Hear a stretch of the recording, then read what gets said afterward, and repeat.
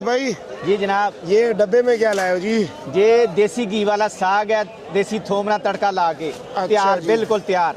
और ये मतलब सुबह के नाश्ते के लिए? हाँ, सुबह नाश्ता करें मकई की रोटी के साथ। वाह जी वाह। देसी साग कौन सा है? सरसों का, देसी सरसों का, पंजाब का। अच्छा जी। साग में माशाल्लाह। देसी घी डालकर फुल फंक्शन के साथ। ये देसी घी ऊपर डाला है? देसी घी ऊपर डाला हुआ साग। अच्छा जी। इसमें और कोई चीज डालने की और ये जरूरत अदरक है? नहीं। अदरक भी है, देसी घी भी है, थोम भी है, सारा कुछ इसमें डाला। और ये जनाब ये बताए कि इस वक्त तो डब्बे का वजन कितना है? 1 किलो का डब्बा 1000 रुपए का देते। 1 किलो का डब्बा 1000 रुपए 1000 रुपए का। 1 किलो डब्बे में कितना घी है देसी?